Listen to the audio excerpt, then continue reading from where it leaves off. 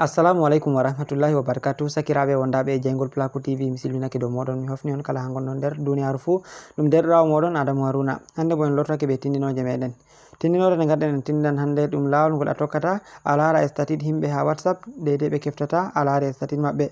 Mi tammi ɓurna fu to a wati statut jotta to himɓe laari statut maɗa a laran nda nombre wane be wane laari, nda no limgal maɓɓe ɗum moye be moye laari statut maɗa. Nonnon goɗɗo fu sobajo maɗa to wati statut muɗum to a laari ni hollay mo a laari statut maɗa. E an bo yake fere a maran haje daidai a yiɗa ko da a laari statut himɓe hollaɓe a laari statut maɓɓe ha WhatsApp. Mi tammi on fami statut maɓɓe ha WhatsApp. Daidai yake fere a tawan goɗɗo fere to o fami aɗo lara statut mako mahma bo statut mako ha WhatsApp ɗo o ittete nder nombre daidai nder liste himɓe on laroɓe statut mako, ngam a tawan yake fere o watan photoji goɗɗi ko videoji ɗi o yiɗa a lara. Amman to a hollayi mo aɗo lara statut mako o tammata ko masa ko ha o yaha o ittete, watan aɗo lara statut himɓe mayɓe pat maɓɓe amma ɓe anda aɗo lara. Ɗuɗɓe ƴamimi daidai lawol ngol ɗum tokkata ɗum waɗe dalila mai mi wi accu mi waɗan en video musamman dow majum.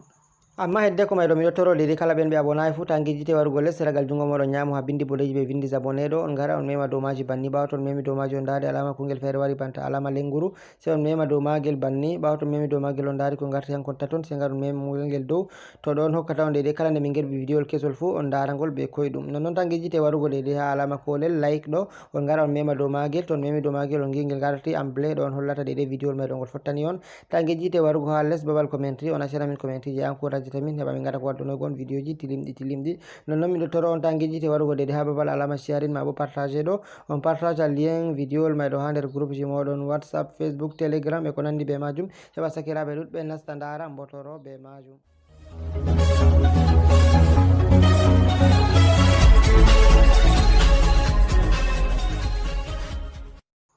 Arande man ɗo ni en nasta nder WhatsApp man banni ha en puɗɗa tindinore maɗa. Misalu en gaɗu nda WhatsApp meɗen ɗo.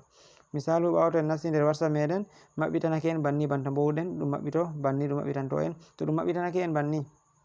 misalu to mi waɗayno haya babal statut ɗam, misalu nda ɗo ɗum photoji ɗi mi wati statut jotta nda photowol ngol, nda nombre himɓe daidai laroɓe mai himɓe 1,257 257 views himɓe laroɓe photowol mai ɗo. To mi maɓɓitayno ngol banni nda ngol, to mi yiɗi mi laraɓe to mi wari mi memi dow ɗo ni nda himɓe man ɗo daɓɓe ɗo, nda inɗeji maɓɓe ko nandi be majum, mi tokkitai mi wawa mi lara nda nombre maɓɓe ɗo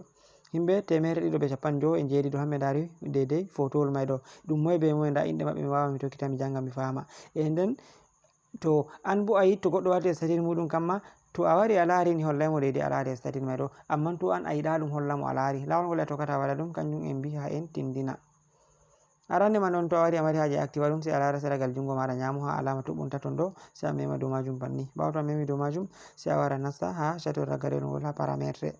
Ɓawo to a nasti dow parametre ɗum maɓɓitanake ma banni sai a wara nda ɗo ha alama ɓe windi compte ɗo sai a mema dow majum. Ɓawo to a memi dow majum ɗum waddanima sai a wara ha chatel ngol arandewol ha ɓe windi confidentialité sai a nata dow majum. Ɓawo to a nati dow majum banni ɗum maɓɓitantoma sai a dirto les seɗɗa banni a wara nda ɗo ha ɓe windi confidentialité de lecture, mi tammi a lari nda kungel ɗo mi tammi a lari ngel activi sai a désactiva ngel, mi tammi on dari nda ɗo ni e ɗum activi sai a désactiva ɗum. To a désactivi ɗum banni ɗo ni mi tammi a lari a désactivi ɗum to ɗo ko da goɗɗo wati statut muɗum ha WhatsApp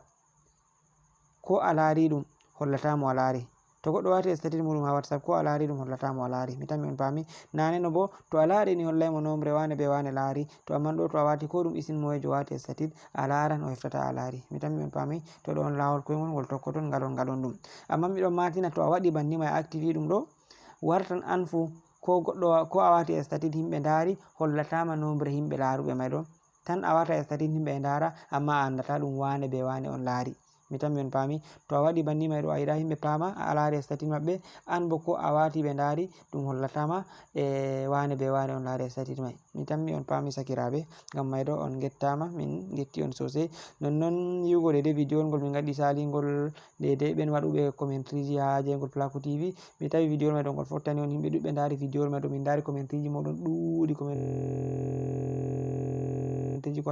e nonnon liking ko watta 100/50, nonnon mi tawi ɗum fottani on sosai. Minon fu ka seyni min ɗuɗɓe nder moɗon bolwani min getti sosai, mi ɗum fottani ɓe e yugo daidai musamman wonɓe lesdi Cameroon ɓe mbi ɓe lari lesdi Cameroon on arandere ha nder himɓe lesɗe ɓurduɗe larugo video ji amin man ɗo e ko nandi be majum. Minon fu min getti on min seki sosai wallahi, nane ma on ɗon gondi be amin dalila mai on min mbi accu min kolla on commentary ji ɗi gatton, minon bo min kolla on min ɗon dara ɗi min ɗon gondi be moɗon. Nonnon to Allah mum yerdi min tammi waɗugo video ha nder balɗe garande daidai dai ko larani hala commentary ji man do e payiji din ɓurduɗi larugo video man do mi tammi on dari min limti payiji lesɗe ɓurduɗe larugo kanje 15 miɗon matina na ɗum lesɗe kanje man tan ngam ɗuɗɓe nder moɗon ɗon bolwana mi mbi'ami minon fu lesdi kaza min ɗon dara video ma ai wani min larai on bolwi minon ma lesdi kaza ko nandi be majum miɗon matina na ɗum lesɗe ɗe mai 15 tan kanje kam ɗum kanje ɓurdi kanje 15 ɓurduɗe mai ɗo min limti heɓata videowol mai ɗo ngol juuta kanjum waɗi min gaɗi non mai ɗo lesɗe kam famɗi lesdi ndi wala lara dullata ɗon lesɗe ɗe ngala lara video ji ngol Pulaku TV amma nde famɗi ɓurna lesɗeji man fu payiji man fu ɗon daidai laroɓe video ji amin mai ɗo ngam to Allah mu yerdi nder balɗe karande min tammi waɗugo videowol fere min limta lesɗe luttuɗe mai e daidai commentary ji himɓe luttuɓe daidai laroɓe mai ɗo ngam mai ɗo on jarama sakiraɓe a jotta min no ɓeddotorago on to on ɗon dara video amin ha arande magol ko haragare magol to dari on tawi publicité kabde dare publicité mai ɗo sei to ɗum salake ngam mai ɗo min ɗo mara daidai avantage ha majum on jarama sakiraɓe ɗum derɗirawo moɗon Adamu Haruna mi tammi videowol mai ɗo ngol fottani on ngam mai ɗo sei to en potti ha nder videowol tammingol warugo yeso. Assalamu alaikum.